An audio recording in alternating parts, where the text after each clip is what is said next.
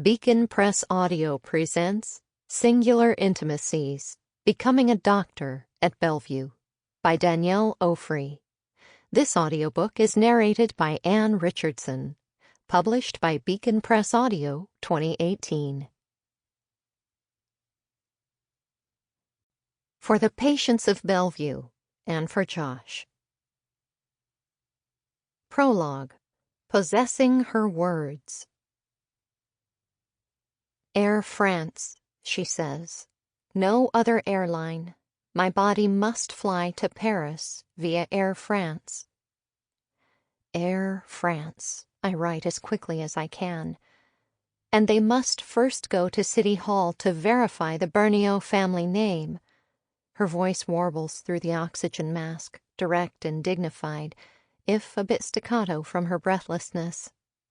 The anesthesiologist is hovering over Adrienne Bernio with the endotracheal tube and ventilator, gasping at a rate of 35 breaths per minute, with her wispy neck muscles straining like reeds in a summer storm.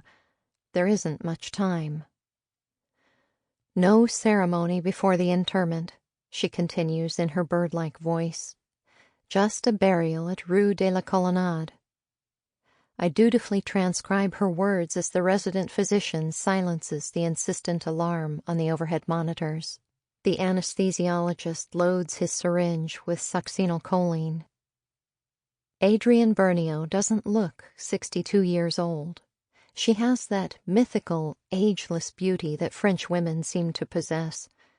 Her innate charm deceptively triumphant over her stage 3B lung cancer. Please give my paintings to Pierre Montagnier, she says, adjusting the headband that holds her reddish-black hair in place. And the linens to my neighbor, Sarah Pelnick, if she would like them. And you, she says, looking over her oxygen mask at the intern who is drawing yet another tube of blood. It is time for you to start paying me for all that blood I'm giving you. The anesthesiologist draws up 10 cc's of fentanyl.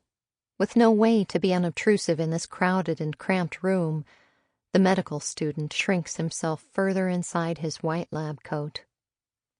I read aloud the words I have transcribed, and she is satisfied.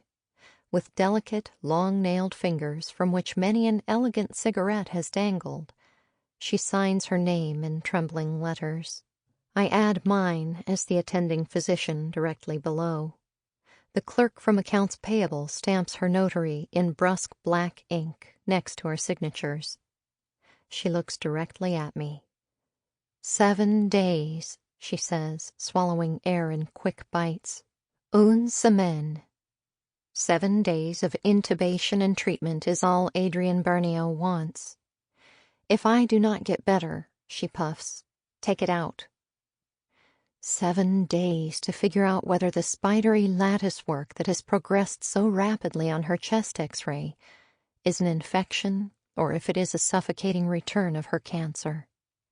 In 7 days we could have a reasonable chance of getting an infection under control. But if the biopsy confirms cancer, the 7th day will likely be her last. We stand in a silent semicircle around her bed, and she glances at each of us. What are you all so nervous about, mes amis? We go forward, no? The anesthesiologist flexes the laryngoscope in the air to check that it is functioning properly, and snaps it open with a decisive metallic click. I hold her hand and ask if she has any further questions. She shakes her head no. On rounds last week, I had distributed an article from a medical journal entitled The Good Death. It talked about how terminally ill patients express a consistent desire to give back to society, and so I take a deep breath. We train young doctors here, I say, nodding to the medical student, resident, and intern gathered around the bedside in their crisp white coats with pockets bulging from medical paraphernalia. Is there anything you would like to share with us that would help us all become better doctors? She looks around the room, her finely honed cheeks puffing inside the mask. No, I have no complaints. You have all been my guardian angels. Heavy swallows and 4 gazes plummet to the ground. "Is there anything else we can get you?" I ask, my mouth dry and tentative. "A clean gown, s'il vous plaît. I've made a mess of this one." 4 sighs, a request that we can actually fulfill. The respiratory monitor clangs again to warn of dropping oxygen saturation, and 4 arms rush to silence it. "And you promise me that I sleep through the whole thing? That I do not wake up for the whole week?" I nod, hoping that her low blood pressure won't preclude the use of strong sedatives. The anesthesiologist raises his eyes to the overhead monitor and then looks at me, parallel lines of wrinkles tensing on his forehead. 3 loaded syringes are curled in one hand, and the plastic endotracheal tube is clasped in the other. "Are you ready?" I ask, still holding her hand. "Oui." Her eyes dart over the edge of the mask, locking us in a tight, airless circle. "See you later," I say in the breezy tone I might use with a friend parting ways on the street, and then silently demand to God that we'd better uncover garden-variety microorganisms in her lungs, and not malignant cells. "We'll see you at the other end," I add, hoping that I am not lying. I nod to the anesthesiologist as he discharges the first syringe. Adrienne Bernio's sculpted lips with their carefully applied lipstick soften as the sedative whispers through her veins.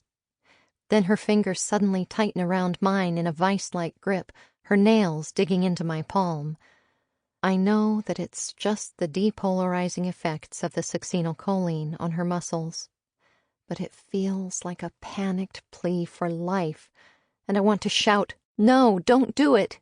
I want to grab the endotracheal tube from the anesthesiologist's hand to block what may be the beginning of the end. I want to lay my body across hers and protest the silencing of her words. I want to keep her voice with us in this moment, in this room, in this world. But I know that it can't hold out. Her flailing respiratory muscles and besotted lungs can no longer support this voice that is so much the embodiment of Adrienne Bernio. It will disappear with or without our mechanical intervention. 7 days on the machine is our only chance. The anesthesiologist lowers the head of the bed and slides the tube down her throat. Her lipstick is smeared in the process. The machine takes over, and all at once Adrienne Bernio's body is limp and sallow, like every other body lying in wait in the ICU. One by one, I unlock her tensed fingers from mine. The blunt silence is punctuated only by the heaving of the ventilator. 4 pairs of eyes catch each other, then shudder away in disparate directions. There's the sudden icy awareness that we might be the possessors of Adrienne Bernio's final words. We might be the guardians of her last smile, her final joke, her ultimate bon mot. We file out from the room, medical student, intern, resident, and attending physician, our hands dangling awkward and useless, our tears threatening to give way. Like an invisible chain, the silent prayer snakes from one to the next, that maybe Adrienne Bernio will indeed speak again, and that we will not be required to carry this burden to our final days. 7 days we wait. 7 days we hold her words. Chapter 1. Drawing Blood. For this is the day you know too little, against the day when you will know too much. John Stone, Gaudiamus Igitur. Zalman Wyszynski moaned in his bed. "Oi, help me," he wheezed. Sweat accumulated over his bushy white eyebrows as he thrashed about. One arm gripped his chest, while the other wormed helplessly in the air. His oxygen mask was filling with condensation, further muffling his Polish accent.